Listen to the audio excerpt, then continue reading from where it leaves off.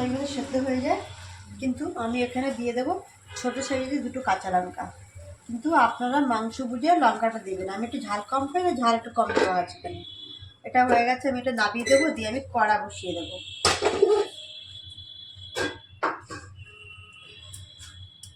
আমি কড়া বসিয়ে দিয়েছি, এটা আমি ভালো করে পেস্ট করে নেবো। ওই পাতাটা ঠান্ডা হলে ভালো করে পেস্ট করে নেবো। কড়া বসিয়ে দিয়েছি, কড়াটা মানে গরম হয়ে গেছে। আমি এবার তেল দিয়ে দেবো। আপনারা ঘি বা বাটার বা সাদা তেল যে কোনো দিয়ে একটা করতে পারেন। আমি এখান থেকে সাদা তেল দিয়ে করবি।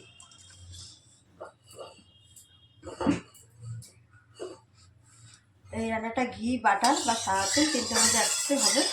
আপনারা সাদা তেল বা ঘি বা বাটার দিয়ে করতে পারেন। এটা হয়ে গেছে। আর এখানে দিয়ে দেবো অল্প করে সাদা জিরে, একদম সামান্য। এবার দেওয়ার পরে এখানে আমি চাকু দিয়ে পেঁয়াজটাকে গ্রেট করে রেখে দিচ্ছি। আপনারা ঘষনিতে ঘষে দিতে পারেন।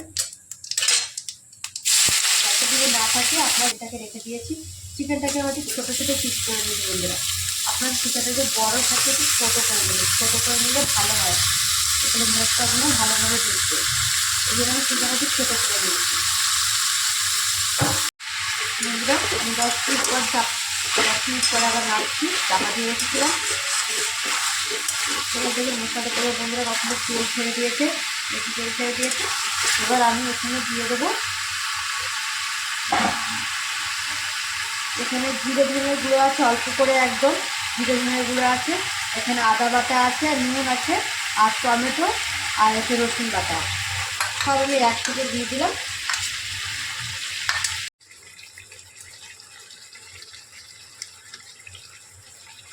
বন্ধুরা দেখছেন কত সুন্দর একটা তেল ছেড়ে দিয়েছে।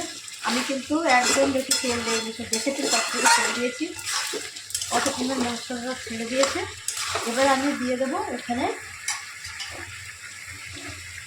10 থেকে 12টার মতন কাজু বাদাম পেস্ট করে রেখেছিলাম। কাজু বাদামটা দিয়ে দেবো।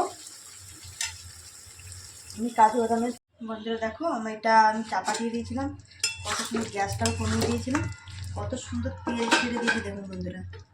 পুরো মাংসের গা দিয়ে পুরো তেল ছেড়ে গেছে, আর মাংসটা সুসিদ্ধ হয়ে গেছে। কিন্তু বন্ধুরা কত সুন্দর তেল ছেড়ে দিয়েছে। এবার আমি দিয়ে দেবো এখানে ধনে পাতা আর পেঁয়াজ গাছ পাতা ছিল, এটা পেঁয়াজ গাছ আর ধনে পাতা দুটোই আমি একসাথে পেস্ট করে নিয়েছি। এটাকে আমি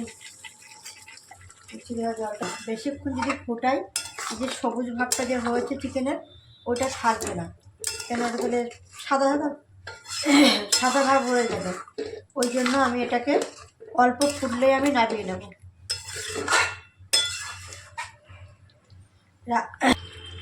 মনে দেখুন টমেটোটা হয়ে এসছে, কেন এই পাতাটা দিয়ে আমি বেশিক্ষণ ফোটাতে পারবো না, মানে ফুটালে ওটা তো আমি অলরেডি সেদ্ধ করে নিয়েছি, ওই জন্য একটু বেশিক্ষণ আমি ওটা ফোটাতে পারবো না।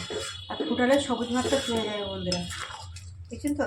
এবার হয়ে এসছে, এবার আমি এখানে দিয়ে দেবো, তখন 2টো এলাচ দিয়েছিলাম ঠিকই, এখন 1 চিমটে গরম মশলা দেবো, জাস্ট ফ্লেভার গন্ধটা থাকার জন্য। আর আমি দিয়ে দেবো অল্প করে একটু বাটার দিলে একটু গন্ধটা ভালো হবে, একটু সেন্টটাও ভালো হবে বন্ধুরা। আপনারা দিতেও পারেন, না দিতেও পারেন। আমি অল্প করে একটু বাটার দিয়ে দিলাম। এটা হয়ে গেছে, আমি নামিয়ে দেবো বন্ধুরা। কে কোথা থেকে দেখছেন অবশ্যই ভাবে কমেন্টে জানাবেন। আর ভালো যদি লাগে লাইক শেয়ার অবশ্যই করবেন বন্ধুরা। আর ভালো লাগলে লাইক শেয়ার অবশ্যই করবেন। দেখছেন তো বন্ধুরা কত সুন্দর হয়েছে চিকেনটা দেখতে। এটা রুটি, পরোটা, লুচি, রুমালি রুটি, মানে কি এরকম ধরনের খাবার দিয়ে ভাত দিয়েও ভালো লাগবে, খারাপ লাগবে না। কিন্তু আবার ট্রাই করে দেখবেন, ভাত দিয়েও ভালো লাগবে বন্ধুরা। কেমন হলো অবশ্যই কমেন্টে জানাবেন।